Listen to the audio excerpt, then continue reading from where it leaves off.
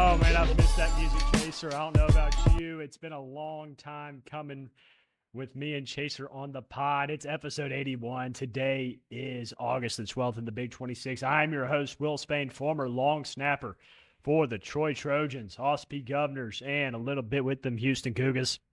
And joined by my side, nobody, and joined virtually from hot Atlanta, Georgia, former kicker for the Houston Christian Huskies and Troy Trojans, current nephew of Georgia Tech men's basketball coach Scott Cross. Chase Cross.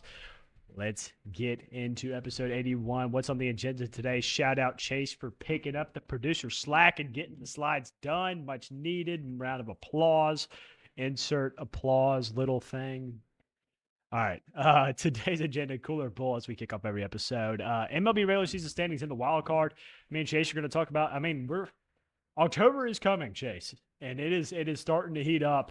The Cardinals got a big series win against the Phillies today. I don't know if you peeped that. We're gonna talk some Padres too, man. Yeah, look. It's the post-deadline Padres. We knew it was imminent Every year. And I'm also going to talk about my AL team because they're red fucking hot. The Tampa Bay Rays are gapping the New York Yankees.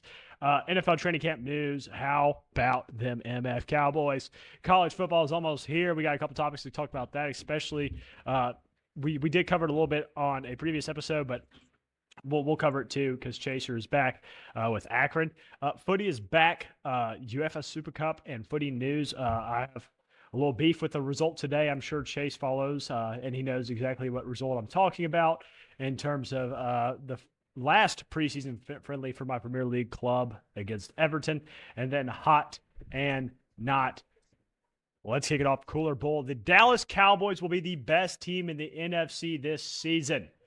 I am drinking the Kool-Aid. I am a Cowboys fan, and I guess it is the time of year, Chase, as Cowboys fans, where I now think we're going to win the whole damn thing. We look absolutely elite in these training camp joint practice sessions, especially against the Rams. We looked great in OTAs. We looked great in the individualized training camp sessions. The Dallas Cowboys could be the most well-rounded, quietly have become the most well-rounded team in the NFL. An absolute elite offense. Dak Prescott looks the best he has in his entire career. We've got Gotti, the greatest offense there is. George Pickens looks like an absolute demon. CeeDee Lamb's catching balls in a B-net looks like an absolute demon. The running back room is so deep. I love the UFL signing we just had. It brings a little bit of speed and depth to that room. Offensive line, incredible as always. So offense is taken care of. And I know our big question mark this year, Chase, was our defense. Holy crap, we have an absolute dog in Caleb Downs. Demarion Overshawn looks like an absolute beast. Quinnen Williams looks like a beast up front. Even role players are starting to come to fruition and develop into top-tier NFL talent. Chase, I already know what you're going to say to this Cooler Bull, but tell me why it's cool and the Dallas Cowboys are going to be back at the top of the NFC in 2026. Well, we're going to cover, obviously, the joint practice they had with the Rams later on in this episode. But, man, everything I'm hearing out of camp just looks and sounds fantastic. I mean, post-breakup Dak Prescott talking about stealing some watches embedding the watches, stealing the watches from the Rams. I mean, he bulked up. Dak looks great. So when your leader's coming with that type of energy, everybody else is going to follow. I mean, obviously, George Pickens and CeeDee Lamb is the most exciting wide receiver duo in the NFL. I think it's fair to say that after last season. This offense is going to be electric, but the defense is what I really want to talk about. I mean, it looks like this revitalized defense looks fantastic. I mean, you talk about youth and explosivity mixed in with veteran leadership and talent. I mean, it is the perfect storm, and we haven't even talked about the special teams unit, which with the re-signing Brandon Aubrey, I mean, they could have. I mean, you could have 3 top 10 units in the NFL. I mean, this Cowboys team is going to be very good this season. And I mean, I'm drinking the Kool-Aid too. This is the most excited I've been going into a Cowboys season, I think, ever. Honestly, ever. I mean, I agree. I love everything that everything that we're doing. I mean, I really have no complaints. And looking at the rest of the league, especially in the NFC, there's not a team that I fear, quite honestly, which I know this will probably get clipped and, Oh, we're getting clipped for we're sure. getting clipped so bad, but there's not a team that I really with this Cowboys roster going into the season, there's not a team that I feel fear. And the win total only being at 9.5, I would slam that future over. Hammer the over. Hammer it. Hammer it. I think this could be a 14 win team. And I you heard it here wholeheartedly first. agree. I So actually, yeah, I have us going 14-3, I on the would too, dot. man. I think the schedule is favorable. I think we have a couple tough matchups, but I think our schedule is decently favorable, especially the way it's laid out throughout the season. Um, and I started drinking this Kool Aid, and I believe it. I definitely said it on the pod, but we definitely have talked about it personally. Just I know it wasn't enough to overcome the Eagles, but the way we finished last season, it was really inspiring for me as a fan. I thought we finished very strong, and usually teams that finish strong at the back half of seasons uh, typically go and transfer that momentum into the next season, especially when they only add pieces to get better. The Dallas Cowboys, even just objectively, not as a fan, are looking to be primed to be one of the best teams in the NFL, if not the best. Chase, what is your cooler bull?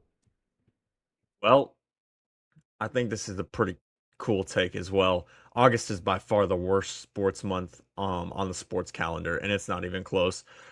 When you look at it, I mean, my arguable other one was January, but you still have NFL playoffs, college basketball's going on, and now they've expanded the college football playoff where it runs into January. So, and then February you've got the Super Bowl, March Madness, April you're gonna have a lot of really good soccer going on. Baseball comes back. Like What there's a lot July? of stuff going on. There's a lot. And then when you get to August, what we're looking at right now, the only thing we've got going on for real is regular season baseball. We've got the start of women's college volleyball and women's soccer and men's soccer, which in America is not much to write home for. Got a lot of preseason football, American and global. And then, I mean, there's just really not a ton to write home and talk about right now. Even the racing sports, they've kind of cooled off at this point in the calendar. F1 is taking a break right now, and NASCAR, I don't think has been running as much in August, so it's just a tough month for sports. Not a lot of news coming out. It's all, kind of based off beat reporters coming out of these training camps and stuff like that. So I just think August is the toughest sports month to get through because you're just waiting for September. Because when September comes around, you get NFL, you get college football, Premier League starts back up. I mean, it all just starts rolling from there. I'll So I'll give you a half cool. I do think it's July, and I think the World Cup tainted that this the month. World Cup tainted that for me, man. Well, so that's not. I mean, it's every 4 years, and it's not always in July. Um, so objectively speaking, take away the World Cup chase. What did we have in July? I mean, that's a good point. I mean, we had the racing, like we said, the racing sports, and Yeah, the Coke 400s in July. So I guess I could end in the Indy 500. No, that's not even true. That's Memorial. Man, uh, I mean, the I'm World gonna Cup. give this a But majority for cool. me, soccer. There's been a global soccer tournament the last 3 summers. Like they had the Club World Cup the summer before, which was fantastic, and then in Well, they usually 2024 we have had the the Gold Euros, and Cup. Yeah. yeah, you still have stuff going on. So like, I feel like All right. July's not that bad. August, you have nothing going on. Come to law school with me. You sold me. I'm gonna go cool. Yeah, I I think it is the worst one, but I'm biased because Dana White's Contender Series is one of my favorite things in all of sports, and it started this Tuesday, and so it starts in August. So I mean, I guess that's something for me. I mean, but MMA is a year-round thing, so it's kind of not fair Yeah, for me to say that. But this is only a 10-week thing, I believe. 10 weeks that starts in August. Um, it goes I through feel like September though. So and week zero does start in August, so we do have to say that. But this is the month of, and I'm sorry for using the word. This is the edge month. I mean, we are getting edged with the start of the absolute best part of the sports calendar, and it's right there. But I mean, the Prem starts in what, 2 weeks? I mean, we do have the Carabao Cup. I mean, we have yeah, the 2 weeks. I mean, uh it's starting like, but we're like you said, we're getting edge. Like we're getting a lot of preseason action, and we're yeah. like, there's still a lot of transfer news. Like we're just getting edged. So yeah, Yeah, just this I'm edge going month. cool. I'm going cool. Yeah, it's the edge muff. That is what it is. And just God, and we've already talked about this. just regular season baseball doesn't do it for me. So, I mean, don't get me No, wrong. I like, and it's just kind of worked out this way. I've like turned on the Cardinals game in the seventh inning. So, like, I mean, I like just like, I'll be working on homework and like listening to that in the background works for me. But it's not like, man, I'm super juiced because the Cardinals are playing the Phillies no. today. Now Luke would be sitting if he was sitting next to me would be blaspheming me right now and saying that I'm not a true fan. I mean, I watched the games, but I'm just not like there's 162 of them. I mean, it drags on. But yeah, cool on It that. drags. And speaking of the MLB, well, yes, the Dodgers are at first in the NL West. However, I think they've actually played a little bit worse since Yep, the trade deadline. The I Padres agree. have absolutely stepped up their game, and the Diamondbacks also just have continued to be a good team in the West. Y'all shit on me preseason for saying the Giants were going to be ass. Like I said, they were going to be like garbage, and y'all were like, no, they'll just be a middle of the road team. No, the Giants are garbage, and I called They're this shit garbage. because Vitello does not know how to manage an MLB team. Their roster's not terrible. I mean, they have pieces. They just don't have a good manager, and I hate it because the Rockies. I genuinely think the Rockies do have good pieces, and they just can't win. I just don't get it. They just never can win. No, It's funny to me. Um, in the NL Central, I mean, the Brew, man. It's it gonna just be a gets swept by the San Diego they Padres. did, which was huge for those of us in the Central. Although I don't think we're going to catch up on 13 games because we started off after the All Star break so poorly. But if you're a Cubs fan, that's big. Screw the Cubs. Uh, Chase, in terms of the Central, I kind of thought Milwaukee was going to be the best team. I Me too. kind of thought the Cardinals would be where they are, kind of battling for a wild card spot. I kind of thought the Cubs would be kind of pushing for the division. I thought It's the about Pirates how would it be should. last, but let's talk about the I thought the Reds. Pirates going to be better. What's up No, with see, Paul I thought the Skeens? Reds were going to be better. Yeah, Um, and yeah, you have a good point. Paul Skeens has not been playing well at all. And that was kind of a shock to me. A lot of key players in the Central kind of progressed after the All Star break. It was kind of weird. What did you take out of first the West and then the Central? well, I mean, out of the West, I think obviously the Dodgers still a force to be reckoned with. Have not actually looked the best out of the wild card. Tariq Skubal's been solid for them, but the Dodgers are going to be the Dodgers. They're still going to win this division, but the Padres and D-backs have made up ground. Mainly the Padres. I mean, the Padres were a team that were 5 games below 500, right around the All Star break, and are now 8 games over. So, I mean, things have turned around very quick for San Diego. Tatis, Machado, and Merrill were I think, at a collective OPS of under 600 through the first couple months of the season, and now are slashing about 950. So, I mean, that's a significant jump from your best players. And then the D-backs continue to pitch well, continue to win games. I don't think you can write either of these teams off. I think that they're both going to push for a wild card spot. Then looking at the Central, I mean, the Brewers arguably right now are the best team in baseball. Granted, they did just get swept, but they are arguably the best team in baseball. I think they have the best staff. Maybe not names wise, I'd say give it to the Dodgers still, but on form right now, I think the Brewers have the best staff with a really solid lineup into. And then Cubs have continued to play good baseball. I think this Cubs roster is really talented as well. They will continue to challenge for a wild card spot. And then Cardinals, I know that they've died off a little bit as of late, but I still think this team is a talented enough team to make a push for that wild card spot. Don't know if they get it. And I would say, you being a Cardinals fan, I think this is probably the best outcome that y'all could have, just even being in the running I'm for a happy wild we're in the card running. spot. I really am. Yet, considering what y'all have given up, considering everything going on in the organization right now in terms of really turning the roster over for the future. 100%. Let's talk. I wanted to spend just a tad bit more focus on this East race because I think, despite them just losing now to the Cardinals, I think this Phillies team is good enough to make up 9 games, but it would take a drop off from the Braves. And the Marlins, of course, are also pushing for a wild card spot, not counting the Nationals out yet. Just don't think they have the staff, and the Mets are dead in the water. What do you take at the NL East? I think it is a 2-horse race between the Braves and the Phillies. Will the Phillies be able to do enough? Will the Braves regress enough? Is still, I'm yet to be seen. But this Braves team again, it has kind of been shown to be in ebbs and flows. When they get hot, they get really hot. When they get cold, they get really cold. And same can be said for Philly, but I just think Philly's more well rounded. And does Miami have any chance to get into the playoffs? Miami, I think, they're the surprise of the season, I think, for most people would say in the MLB. But unfortunately, I just don't think Miami makes it in. They just don't have enough, and they didn't buy enough at the trade deadline to really be a true contender for this wild card race.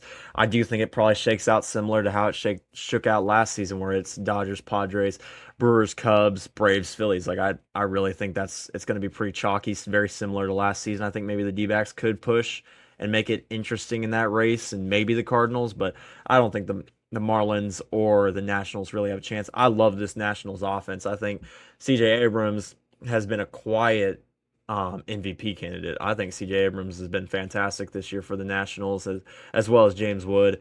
But the Phillies, the Phillies, this lineup is really deep. I think that they could push the Braves. The Braves have not looked good. Like the Braves got out to such a good start, and they just are so streaky at the moment. It's really hard to make out what this Braves team can do. However, I do think like 9 games is a lot at this point in the year. I do think the Braves still hold on to the crown, but I do think this Phillies team will probably push and make it interesting down the stretch. 100%. Now turning the page to the AL. This is, in my opinion, the way more competitive side. Honestly, just a whole lot of mid, except for the AL East. So let's encompass the West first. The Astros currently have a 1 game lead on the Rangers. It's tight though, 62. I mean, we're talking about the Cardinals would be would be also like a half game back out of the AL West, which is nuts to me. Ridiculous. It is ridiculous. Not a lot of strong teams other than the AL East in the West and Central. Anywhere from the Astros to the Mariners have a chance at this. I do think it's actually going to be the Rangers. I really like what the I Rangers agree. have done post trade deadline. I think DeGrom has looked pretty good. I think the staff kind of is shaping up, and I think the offense is doing enough offensive output. And I just don't think the Astros are that good, Chase. To be honest with you, I just haven't been a buyer in them No, all I season. I completely agree. And I just don't think the Mariners, yes, they've turned it around, but they haven't really, shown me enough in terms of consistency to where I think they could overtake the West. What do you think about the AL West?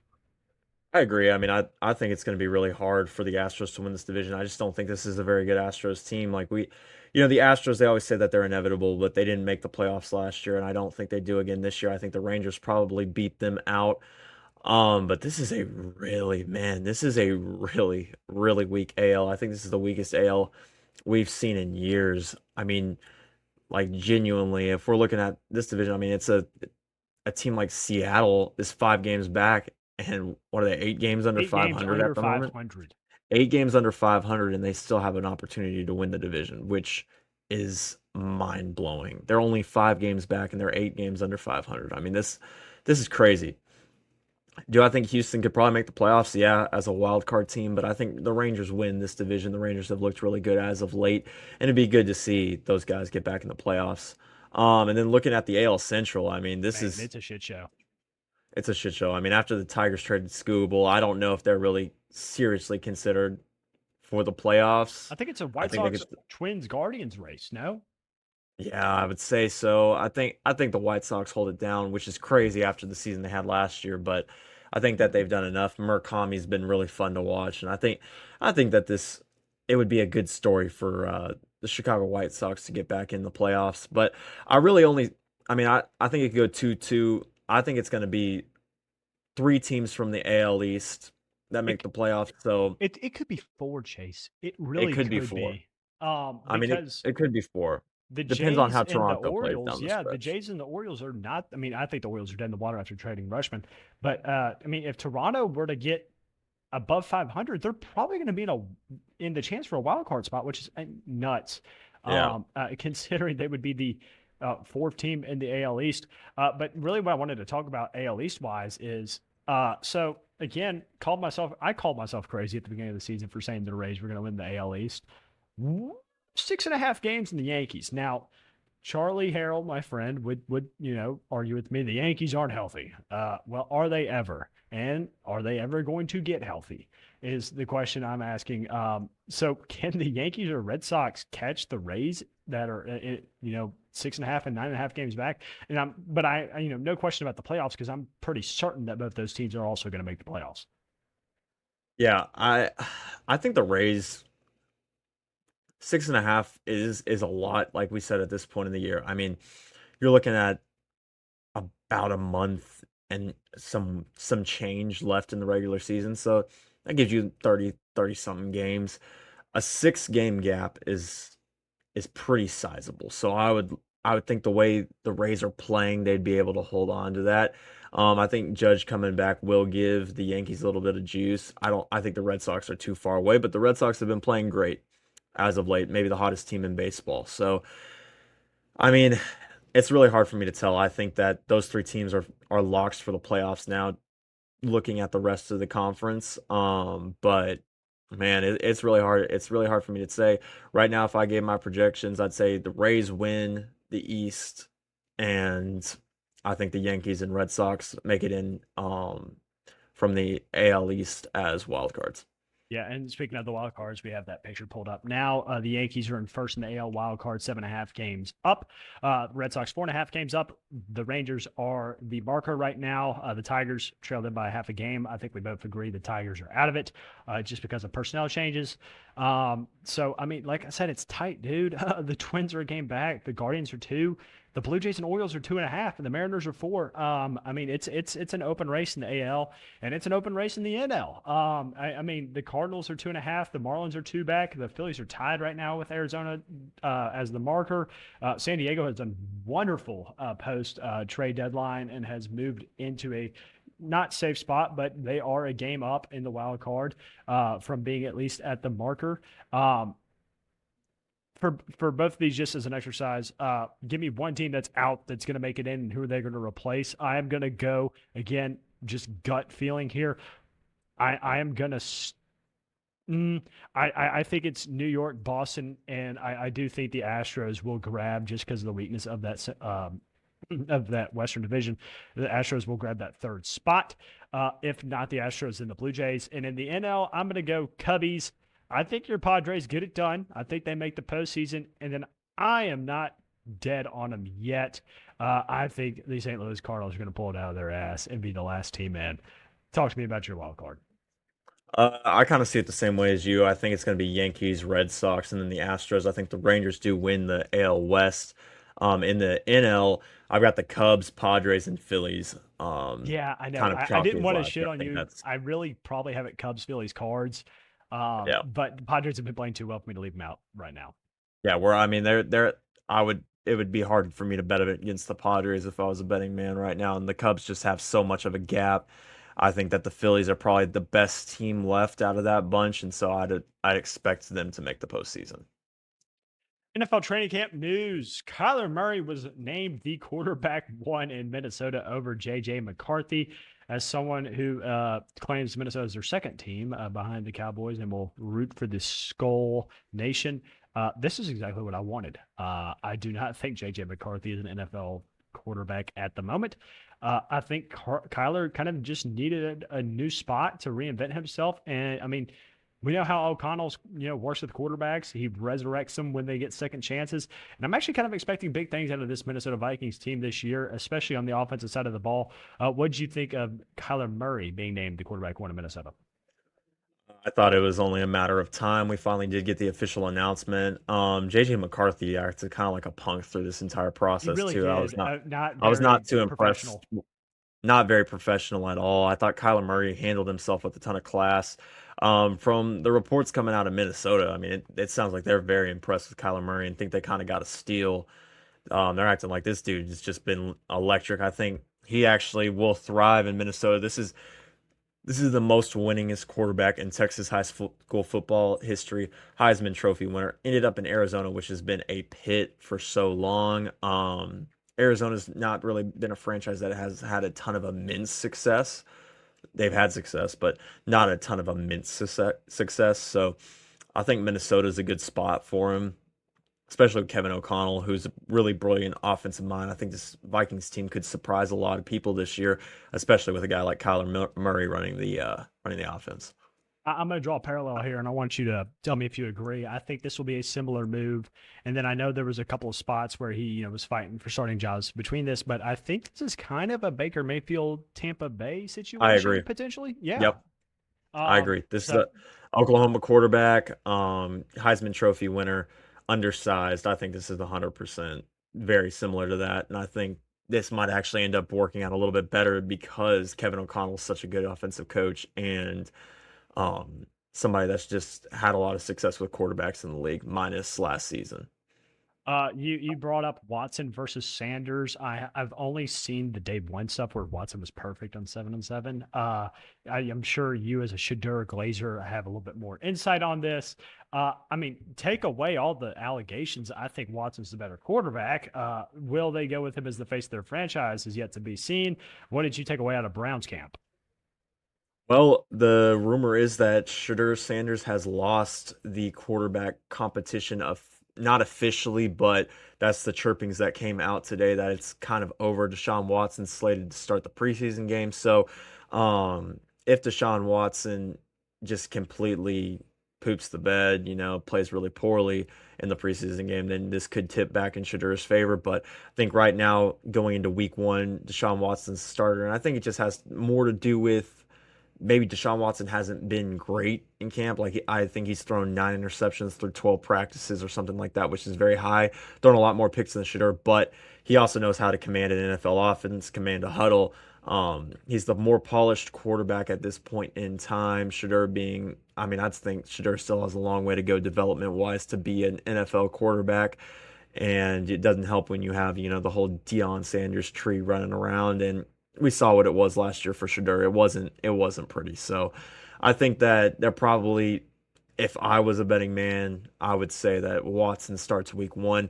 Doesn't mean he'll start all season, but I think Deshaun Watson deserves one more go at it. And this Browns defense is absolutely loaded, even though It they did is. If they lose. can get anything on offense, Chase, this team could be This good. is this team could be really good, and I don't know, I don't know what we're looking at from Deshaun Watson, but man, this could be a really fun season for him. So Cowboys and Rams had a joint practice chase, and we dominated. Caleb Downs looked like an absolute demon, locking up the Rams wide receiver group. Dak Prescott looks like he is in midseason form in training camp. Everything seems to be clicking for the boys. So we've already kind of done our little Cowboys glaze. And we can elaborate that, like, of course, anytime a little bit. However, I thought the Rams, you know, blank slate coming into training camp, were the team to beat the NFL. I agree. Is this concerning for LA? They have kind of went all chips in on the table. Now, Aaron Donald is rumored to, potentially sign and come back, and he has not yet, of course. They worked him out. But again, they worked him out, and we still haven't heard anything, and it's been a week or so. What's the kind of feel we're getting for the Rams from the Rams camp?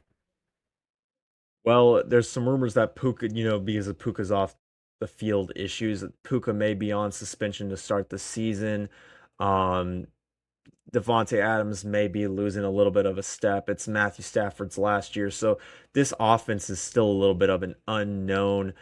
The running back room wasn't fantastic last year, and a weaker O line. Like I think they had a lot to address in the draft, and when you go quarterback round one like that, Yeah. especially for Ty Simpson, I do think it sets you up a little bit for failure. Granted, they went out and they got Trent McDuffie, they got Myles Garrett, so this is a new and improved Rams defense that I think probably will be pretty good. And it did sound like from the reports I read that because there was no media coverage for they didn't tape well, not everybody could see the tape from, the Cowboys versus the Rams, like when they went live. So nobody really knows how it went, but kind of from the reports, the Rams offense definitely struggled, and the Cowboys offense struggled until they got into the red zone period where the Cowboys apparently just picked the Rams apart.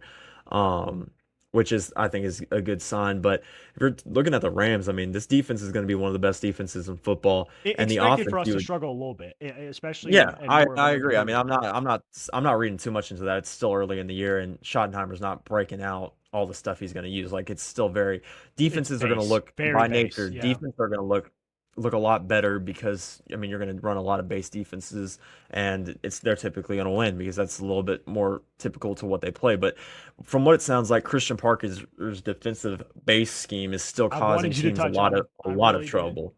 And I Um, want you to elaborate. I think this Christian Parker move is going to be the most underrated hire of mhm. this decade. To be honest with you, in terms of coordinator hires, I have heard nothing but good things coming out of the Cowboys camp from Christian Parker, the kind of leader he has been for this defense, kind of Yep. being able to not only just find the best out of all of our defensive starters, but to be able to find the pieces where guys fit and be able to get the best out of them in terms of the scheme he is running. It fits our defense. It fits the guys we have on defense. I'm sure you are as excited about Christian Parker as I am.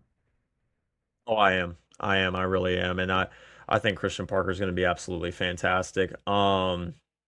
Throughout the season, I think that this Cowboys defense is going to make the biggest jump we've seen from like a bottom defense to maybe even a top 10, top 5 defense. Like I don't think even mediocre is in the question anymore. I think that's almost a guarantee. So very excited to see what the boys roll out this year. And if I'm a Rams fan, I'm not taking too much stock into this. I mean, it's a joint practice and preseason, and you still got a lot of moving pieces, moving parts. Um, you know, I wouldn't take too much stock into it, but I will say one thing I would be a little concerned with if I'm a Rams fan. Stetson Bennett's still the backup quarterback, and Ty Simpson hasn't even Yes. touched that, I forgot which to touch on that. I think that's a little crazy that Stetson Bennett's getting more reps than Ty Simpson, which I think, if you're a Rams fan and I mean Stetson Bennett's a solid college quarterback and whatever, but Stetson Bennett, we know what Stetson Bennett is. Stetson Bennett's had off the field issues, all that stuff. Ty Simpson should be able to beat him out. There's no question. He's a first round quarterback, and the fact that he's third string right now is I'd be worried if I was a Rams fan Yeah, and you know with that, that pick. and you know the tendency of coaches, they're going to want to push their guy Yep. that they just gotten, and the fact that we are not, if you are a Rams fan, should be an absolute red alarm. Let's talk about the Hall of Fame game real quick. Some guys that maybe stood out to you. I will as well. First off, people shit on preseason football. I hate that because as a Mhm. football guy, I am evaluating one, who's going to make the team, two, the future. Who are guys that are going to earn roster spots that could potentially break out in the next 3 to 5 years? I got that vibe from both quarterbacks. Not the starting one. I think Kenny Pickett should not have started that game, and I would love. Oh my God, Haynes King made me fall in love Dog. with Haynes King Dog. all over again. I've loved Haynes This King guy, for years. tell me now. I think Haynes King will find himself as, if not a 1B, a starting quarterback in the NFL in the next 3 to 5 years. It probably sooner, to be honest with you. I think the Cleveland Browns would love to have Haynes King. I think the Without a Arizona doubt. Cardinals would love to have Haynes King. I think the New York Well, Jets would love to have Haynes I King. want to pump the But brakes on the but Cardinals. but I was about to say Carson Beck looked freaking phenomenal, and I was Phenomenal. shocked. But I kind of said this when he was playing college football. He isn't a college quarterback. Everybody shits on him because he's not a college quarterback. This dude reads the defense like a pro. He stays in the pocket like a pro. He's not flashy. He makes smart decisions up Yep. and down the field. I saw the Beck and Mike. Remember when I don't know if you were on the pod yet. I don't think you were when I predicted the 12-0 Georgia season last year. Michael's big question to me was, what about Carson Beck? And I was like, I actually love Carson Beck. I think he's an elite decision maker and an elite pocket presence as a quarterback. I agree. And I think we totally got that in the Hall of Fame game. Yeah. So talk to me about 100%. obviously probably the two quarterbacks that we saw shine, We're just going Haynes to cover King that. I and mean, Carson Beck. really, it's the reason I put this on here was the quarterback battle. I think Haynes King, Haynes King was my quarterback to go get in the draft behind obviously the inevitable Fernando Mendoza going 1-1. I loved Haynes King last season. I think he's just a proven winner, a true dog. This is a guy that'll put his body on the line for his team, and he just goes and makes plays with his arm, with his leg. He's just a winner, and you need those type of guys on your team. I mean, he just gives me. I mean, he just it's kind of like I mean, just maybe a more athletic, like a better runner version of Baker Mayfield. Yeah, I I mean, agree. that's kind of what I see from him, and I really. enjoy watching him play. And then Carson Beck, I've been hearing rumors out of Cardinals camp that he's even pushing for the starting job now. And I think, I mean, would it be crazy to say that Carson Beck is the first rookie quarterback to start from this class? I don't know if that's that crazy because he's played that well. Now, I do have a load of respect for Jacoby Brissett. Oh, I I do do think too. he can No manage a question. game very well. I just, yeah, I mean, you're the Cardinals, man. You're like expected to go 4-13 this year. Try it. I mean, maybe not the first game, maybe like week 3 or week 4 when you're like 0-3 or 0-4. You got to Yeah, try something. And I think this kid showed something in the preseason game that gave you a reason. They gave you the out. Look what he did, and again, we'll have to see. I really want to see how he does against the Cowboys. I believe that is a week 2 preseason matchup because the Hall of Fame game is like a week 0. But I really want to see how he plays throughout the rest of the preseason. I don't want to just buy in too much on one game, but I really do think you've given yourself the out of look what he did for us in the preseason. Look how well he managed the game. He, really could have won the game if it weren't yeah, for the stellar performance of Haynes King in the 2-minute drive, which don't even get me started. That 2-minute drive was perfect. It was perfect for perfect. a team that has been together for like a month. He was able to manage that offense down the field and score on his own feet. But yeah, big things for both quarterbacks. Everything you could possibly want out of a Hall of Fame game, Chase, if I'm honest with you. It was a very exciting game. And usually sometimes these are duds because we get like the Pittsburgh Steelers and the Bengals without Burrow or Rodgers. But I mean, this was two teams, and they should probably try and aim to do this. Two teams, younger cores that I have a lot to prove. And we saw a lot of good things out of this game. Completely agree. It was a fantastic game, and I think the NFL should take notes. I mean, if you want to get the football fan base talking and excited again, you need to put teams, in these kind of prime time events where it's like you said, it's not going to be a Bengals versus Steelers game where, your star players aren't going to play. Play the young guns. Let's, the exciting players, people that, that they want to see because, this is where all these younger kids are going to get an opportunity to play and kind of show what they've got. So I really thoroughly enjoyed this game. College football is almost back, Chaser. Your old allegiance, or one of the teams you got, Yep. like Texas Tech. No one wants to play them, including my dogs of Mississippi State. Yep. I think I know why. I mean, everybody kind of knows why. It was the handling of the Morton Sorsby situation. Um, do you think there's anything else? I wouldn't say that there's anything else. Mainly what I would say, I just don't think anybody wants to play a tough non-conference game. I think Texas Tech is reeling from the fact that they're the one really premier program in the Big 12 right now. There's not really competition in there. So I think they're kind of feeling the effects of that and they're kind of looking at their schedule. They're like, man, who do we go play? And I think that, these SEC teams, you already have to go through a 9-game SEC schedule, which is hellacious, as you know. I mean, and if you're looking at a team like Mississippi State, why would you want to add another loss when you could go get a G5 Hey, school? Or hey, the hey, hey, hey! Hold I'm on just now. saying, Back it up. I'm just we're just using them as an example. I'm not saying that it's going to be tough. Like I think Mississippi State could compete with Tech. That's not what I'm saying. I'm just saying, would you rather, as a Dogs fan, would you rather play Bowling Green or Texas Tech? Dude, It's a clear answer. it's a clear answer. We've already got So to I mean, it's play clear cut. Bama. I mean, we got to. It's a clear answer. Yeah, you're So right. so we're looking at these premier programs like Alabama's another one I think that said that they weren't going to play Tech. Alabama. So you look at Alabama's schedule. They're inevitably going to have to go through one of Alabama. I mean, they're going to have to go through Georgia, Texas, hopefully Florida's good this year or one of the other SEC schools like LSU, Ole Miss, like it's just a tough schedule. And then you're gonna add Texas Tech on top of it. Like there's no way.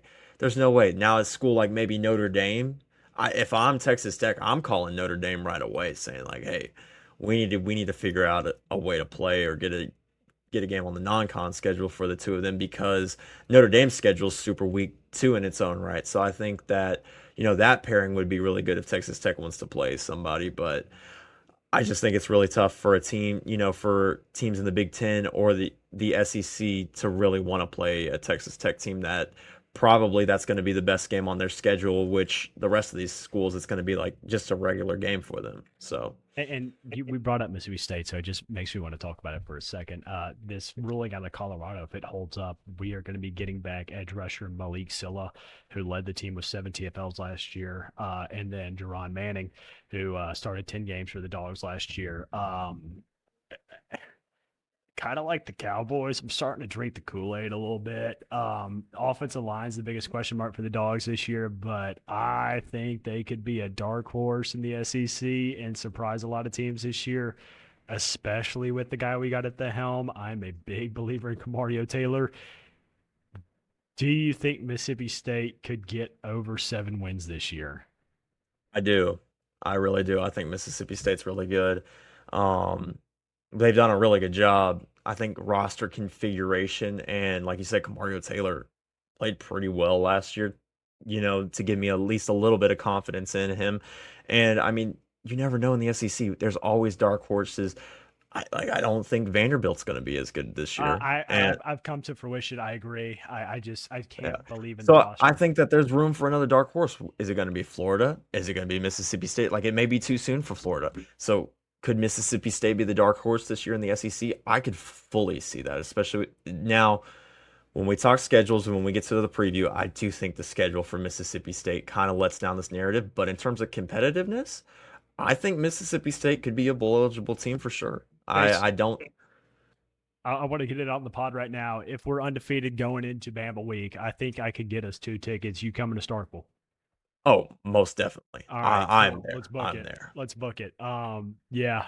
Shout out Bulldog Club. We will be. That'll be so lit. Probably is gonna be an 11 a.m. kick, which sucks, because I do want you to experience Davis Wade at night. But um, you just can't. I do not care what schoolwork I have going on. Sorry if any sort of my Yep. professors find this. I do not care what is going on. If we are undefeated going into Bama week, my ass will be in Davis Wade Stadium because I cannot miss potentially the first win since 2009.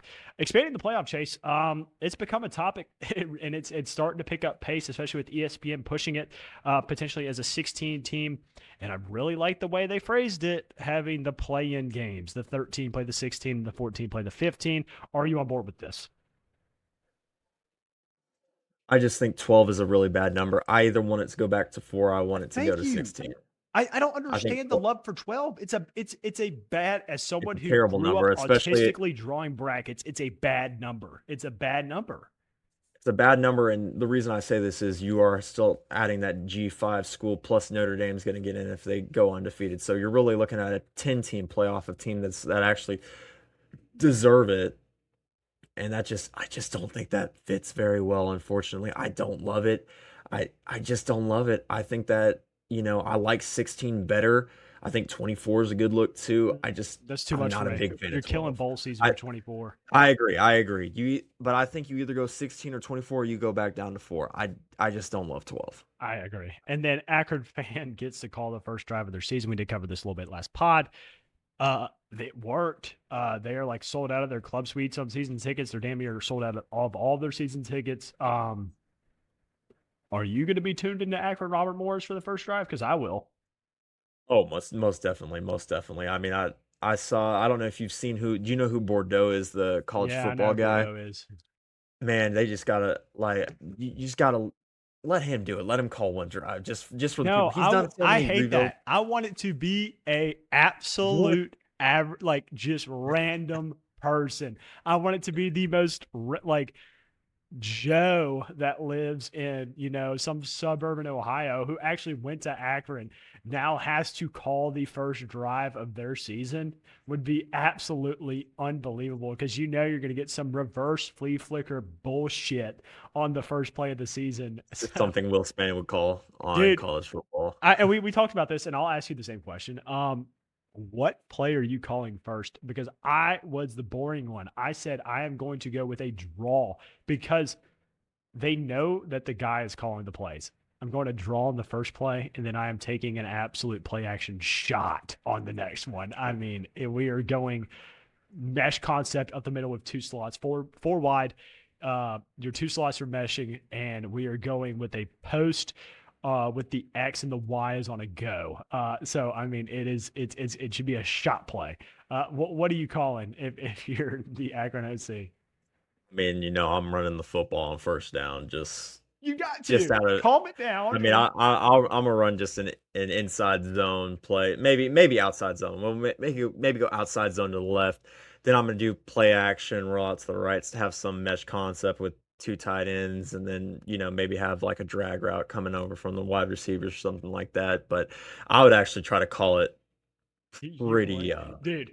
I just think it pretty would be so realistically. awesome if not fuck our And then run you got to run plays. four verts at some Yeah, I'm point. gonna You got to say run four I verts. think Four fuck our verts run got to go in plays. there. If I turn on this game and all of a sudden it is All all go. go on the first All go. play, that is so awesome. I mean, Hey, and it may work. You never know. bring out the It would punt be a real team. bummer if we all tune in and they go three and out. I really would That be. would I want suck. them to score I need a so touchdown. I need a bad. touchdown. I want them to score, or I want it to be like a 15 play drive to where this guy has like, like he's got to keep calling the plays to get him in the end zone. But yeah, that's gonna be a really fun thing to look out for. Footy is back. The UEFA Super Cup. PSG took down Aston Villa 2-1. What were your takeaways from the Super Cup? Honestly, I thought it was a pretty good game by both teams. This is typically considered a preseason trophy. Um, you know, but I mean, you could take away things from both teams. I mean, I thought Majo, the 17-year-old for Aston Villa, looked fantastic. The 17-year-old striker. Of course, Desiree Doué looked fantastic for PSG. Kvar looked good too. I mean, this is an absolutely dominant PSG team. The new signing Akoliche looked really good as well. I mean, this is a PSG team that hadn't won a game in preseason. They go out and play like this. I mean, I wasn't really too surprised by it, but they just continue to win trophies, continue to win. But Aston Villa held their own. They looked pretty good, and I think that there is some light at the end of the tunnel for Villa fans after a pretty rough transfer window. Vinny Jr. re-signs with Real Madrid. I cannot remember who he's rumored to potentially go to, but this is a good get for Real Madrid to be able to try and stay at the top of La Liga. What do you take away? I think this is a real good signing. I think Vinny Jr. is perfect for Madrid. He needs to stay. There's no other team in the world that fits Vinny Jr. better. I know that there was a lot of Arsenal shouts, but Vinny Jr. is a Madrid boy through and through. I know my boy, who's a really big Madrid fan, was really happy with this signing. I mean, everybody loves Vinny over there at Madrid. I think that they're going to have to figure out a way to get him and Mbappe playing better together. But I think if anybody can do it, the special one, Jose Mourinho, can do it this season. So we'll see what happens. But I think that was a very good move in terms of Madrid just holding on to one of their best players, especially when you get, exciting prospect like Yan Diomande to play on the other side. I think that this Madrid team could be pretty fun to watch this season. Get a little talent on the wing, Chase. Marcus Rashford is back with Man United. Is he going to be a key player for Man United, or you think he's going to be more of a sub off the bench? I think it could be a little bit of both. I think Rashford on his day is still one of the best swingers in the world. Obviously, this is an incredibly streaky player. But like I think it could go well for Rashford. I think this is the perfect opportunity to bring him back. Michael Carrick loves the academy, loves Manchester United, and I think Rashford, in his heart of hearts, loves Man United too. He's been very unselfish, not requesting the number 10 shirt back, and I think this is going to be a good move for Manchester United to bring back a really talented player in the world for next to nothing. So I'm excited to see Manchester United with Marcus Rashford again. Jed Spence, one of the standout defenders for England in the World Cup, could be heading to Inter Milan. The current Tottenham Hotspur right back could be making the move to Italy. It would be a huge loss for Spurs as they try to stay in the Prem. Do you think there's any backing to this?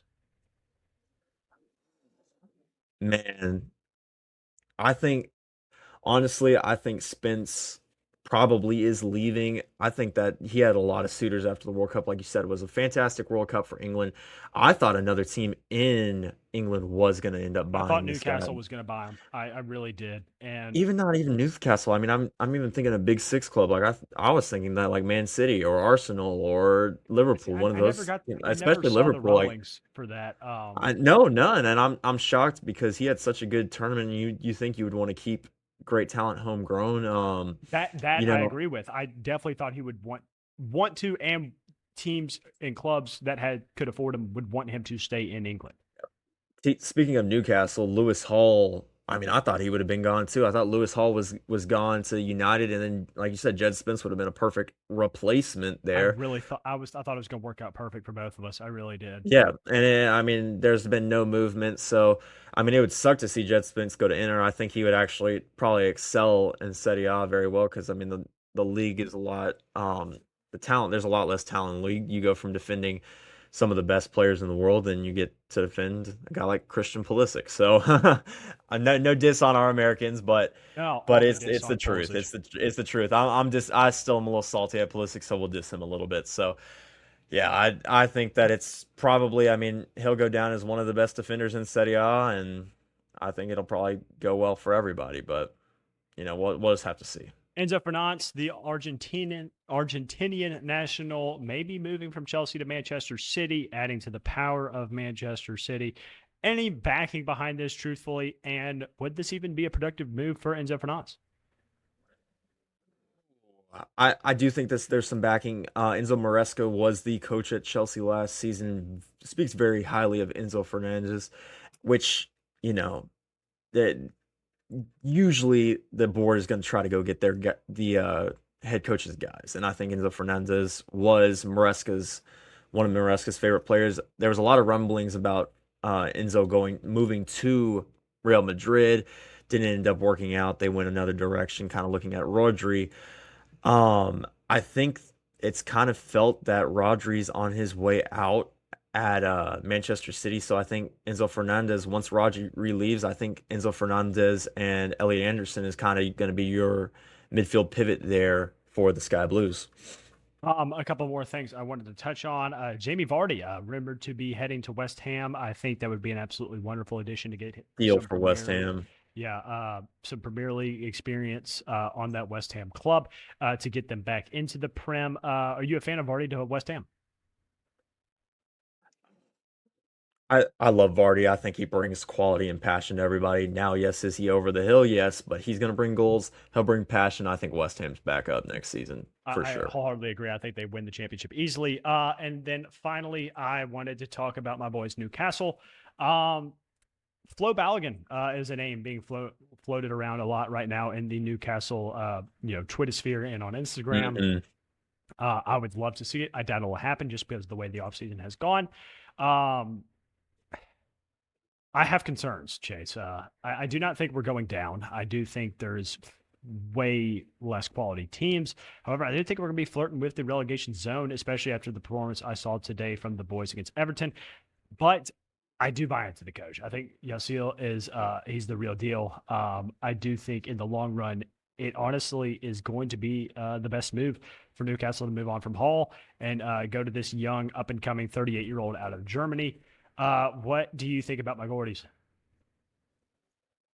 It's hard to know. It's hard. It's too soon. It's too soon to tell. A lot of Typically we youth. had a lot of youth. I think that y'all have been absolutely ravaged by the transfer market this year and haven't really bought in, That's my problem right what you now. should.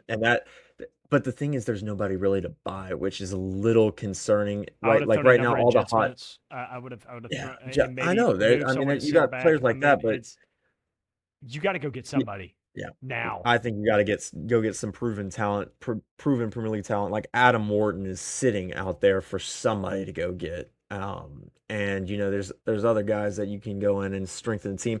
Now, do I think this Newcastle team's dead in the water? No, but you got to go get players. I mean, even like I would contact Man United. Hey, you still selling Rashford for 35 mil?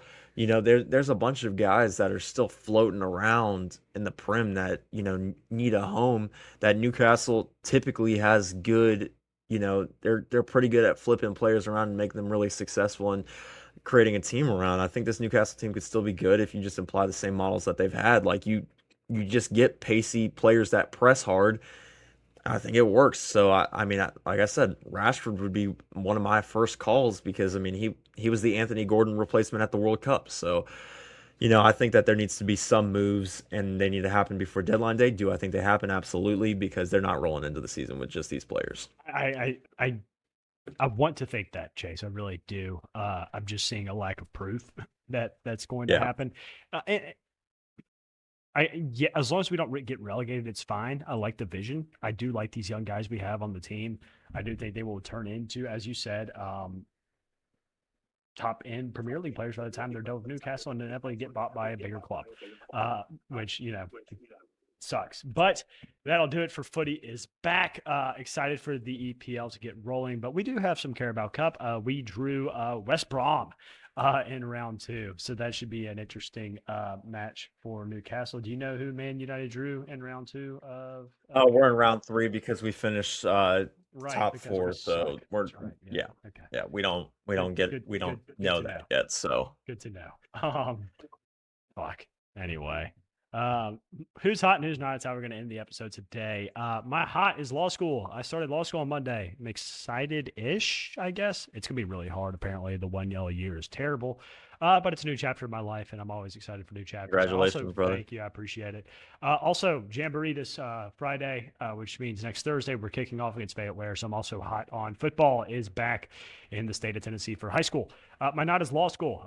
Dude, I'm in orientation technically right now, and I'm already spending tenfold the amount of time I spent on homework and shit. And I did an undergrad. Now Chase hung around me in undergrad. He knows about how much effort I put into my studies in undergrad. So it's a big flip for me, especially actually having to apply this brain I have in daily schoolwork. It's tough because I want to go do things like play FIFA and watch sports. Sometimes I Yep. cannot do that. Thanks. Chase, what's hot and what's not for you? And I've got to look up the hot right now as we speak. So, I had a different hot, but it just came across my desk like an hour ago. The new Tulane City uniforms they're probably the best jerseys I think I've seen going into this college football season. Tulane released them. They are Oh my inspired by God. Mardi Gras. They are the coolest uniforms I think I've ever seen for college football. I mean, Tulane always has some heat, but this is like another level. Just another level. I don't know if we can flash it up on the screen. Yeah, Maybe the I'm gonna producer can pull it edit up it right in. now. You go ahead and keep talking But though. yeah, I'll get no, about I the mean end of they your not. oh man. So I'll go into my knot and then we can look at the beautiful Tulane uniforms. But Georgia Tech orientation, like you, I'm going through orientation right now, 8 to 5 of business college BS. And like you said, homework for it's not even homework for a class, it's homework for orientation. Like, what are we doing? Oh man, so I am not ready to start grad school. I'm not ready to start this master's program. I'm spent already, and it's been like we're just in orientation. I am terrified for this school year, and those are the new uniforms. Look Like, at these beauties. Are you serious? I mean, they did a good job last year. They grew on me. These are off the bat absolutely freaking gorgeous, Chase. I mean, these gorgeous. uniforms are 10 out of 10. This incorporates the city of New Orleans. It is a beautifully designed uniform. I love the beads on the helmet. I love the tricolor. Yeah, you knocked it out of the park with your hot on this one. That'll do it for episode 81 of Swiss Army Sports. This has been Will and Chase. Until tomorrow, when we break down the action for this upcoming weekend, including UFC 330. You may think it's a snooze fest this weekend. I'm going to convince you why it is not. Have a good night.